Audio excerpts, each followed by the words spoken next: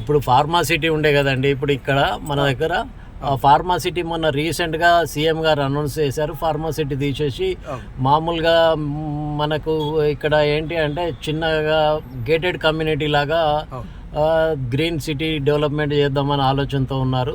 దానివల్ల ఇప్పుడు ఇక్కడ ఈ చుట్టుపక్కల రియల్ ఎస్టేట్ పై ఏ విధమైన ప్రభావం పడుతుంది? ఇప్పుడు ఇది చూడండి సార్, ఇది మనకు కందుకూరు మనది ఏదైతే ఇక్కడ ఉందో ఇది అన్ని HMDA లిమిట్స్ లో వస్తుంది. ఓకే. ప్లస్ ఇంకోటి ఏంటంటే మన సీఎం గారు అనౌన్స్ చేసినట్టు ఇది మెగా గ్రీన్ సిటీ వస్తుంది. దీంట్లో విల్లాస్ వస్తున్నాయి, టౌన్షిప్స్ వస్తున్నాయి. ప్లస్ మనకి ఇంకోటి ఏంటంటే కందుకూరు వరకు మనకు మెట్రో శాంక్షన్ అయింది. ఓకే. శ్రీశైలం హైవే అనేది 200 ఫీట్ రోడ్ ఇది. తిరుపతి బైపాస్ రోడ్ ఇది. ఎగ్జాక్ట్ గా మనకు తిరుపతికి మనము ఇంతకు ముందు బెంగళూరు నుంచి పోతే మనకి ఇక్కడ నుంచి పోతే 70 కిలోమీటర్స్ తగ్గుతుంది, 90 కిలోమీటర్స్ తగ్గుతుంది. సో అదొక బెనిఫిట్. మళ్ళీ రాబోయే రోజులలో మనకి ఏంటంటే ఇదంతా ఈ సరౌండింగ్స్ మొత్తము మనకు గ్రీన్ సిటీ అవటం మూలాన మనకి కన్జర్వేషన్ జోన్ కూడా మొత్తం వెళ్ళిపోతుంది. ఇంకా ఇప్పుడు కన్జర్వేషన్ జోన్ ఉండదు, అది ప్లస్ పాయింట్. అది ఇంతకు ముందు మనకు ఇక్కడ ఫార్మా సిటీ ఉంటే ఎంప్లాయ్మెంట్ జనరేషన్ ఉండేది, కొన్ని వేల మంది వచ్చి ఇక్కడ జాబ్ చేసుకునే అవకాశం ఉండడం వల్ల ఈ చుట్టుపక్కల వాళ్ళు నివాసం ఉండడానికి నివాస యోగ్యమైన స్థలాల గురించి మనం ఇంతకుముందు ఇక్కడ రియల్ ఎస్టేట్ వాళ్ళు పెద్ద ఎత్తున ప్లాటింగ్ చేసి అమ్మడం మొదలుపెట్టారు. ఇప్పుడు ఇది ఏదైతే ఫార్మాసిటీ తీసేయడం వల్ల ఇక్కడ రియల్ ఎస్టేట్ పరిస్థితి ఎట్లా ఉంటుంది అనుకుంటున్నారు? రియల్ ఎస్టేట్ అప్పటికంటే కూడా రియల్ ఎస్టేట్ ఏమి డౌన్ కాదు, అప్ అవ్వదు సార్. ఎందుకనంటే ఇంకా రియల్ ఎస్టేట్ అప్ అవుతుంది. కానీ ఎందుకు అనంటే ఇంతకు మొదలు మనకు ఫార్మాసిటీ ఉండడం మీరు అన్నట్టు మనకి ఇన్కమ్ సోర్సెస్ జనరేట్ అవుతుంది. కానీ ఇప్పుడు ఏంటంటే మొత్తం రెసిడెన్షియల్ జోన్ డెవలప్ అవుతుంది, ప్లస్ మనకి షాపింగ్ కాంప్లెక్స్ వస్తుంది.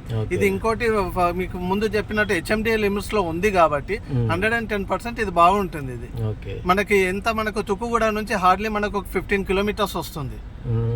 అలా అనేసి తుక్కుగూడ నుంచి 15 కూడా లేదండి. నేను అక్కడ 51లో స్టార్ట్ అయ్యాను, ఇక్కడికి 63 అయింది.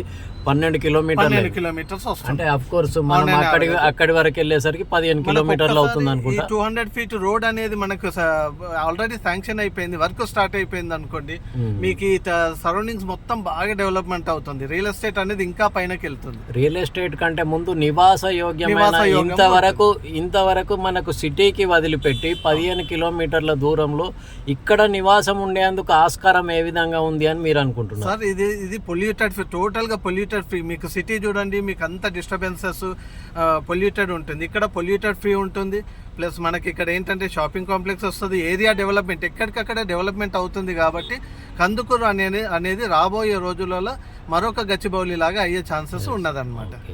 అంటే మీరు ఎట్లాంటి ఇక్కడ నివాస యోగ్యం గురించి ఎట్లాంటి పీపుల్ వచ్చి ఇక్కడ ఉంటారు అని మీరు అనుకుంటున్నారు? అంటే వాళ్ళ కేటగిరీస్ ఏ విధంగా ఉంటుంది, వాళ్ళ ప్రొఫెషన్స్ ఎట్లాంటి వాళ్ళు వస్తారని మీరు ఎక్స్పెక్ట్ చేస్తారు? ఇక్కడ అన్ని రకాల కేటగిరీస్ వస్తాయి. ఎందుకు అని అంటే మనకు తుక్కుగూడ దగ్గర ఫ్యాబ్ సిటీ ఉన్నది, ఈసిటీ ఉన్నది, మనకు అన్ని రకాల పీపుల్స్ అనేది ఉంటుంది. విల్లాస్ వస్తున్నాయి, హై అండ్ పీపుల్స్కి వస్తే విల్లాస్ వస్తున్నాయి, టౌన్షిప్లు మిడిల్ క్లాస్కి వస్తున్నది, అందరికీ వస్తుంది, నివాస యోగ్యంగా ఉంటుంది. ఇప్పుడు మీ నోటీస్ లో ఉన్నంత వరకు తుక్కుగూడలో సార్ వరల్డ్ ట్రేడ్ సెంటర్ వస్తుంది. అవును, వరల్డ్ ట్రేడ్ సెంటర్ లో ఎన్ని వేల మంది అక్కడ ఉద్యోగస్తులు IT ఎంప్లాయీస్ వచ్చే అవకాశం ఉంది?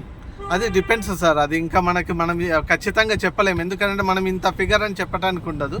వరల్డ్ ట్రేడ్ సెంటర్ వస్తున్నది, ఎలక్ట్రానిక్ సిటీ ఉన్నది, ఫ్యాబ్ సిటీ ఉన్నది. మనకి ఇంకోటి ఏంటంటే మహేశ్వరం నుంచి మనకు అప్ టు కందుకూరు వరకు మెట్రో వస్తుంది. కాబట్టి 110% బాగా డెవలప్మెంట్ అయ్యే ఛాన్సెస్ ఉన్నది. అదే సార్ చెప్పనా.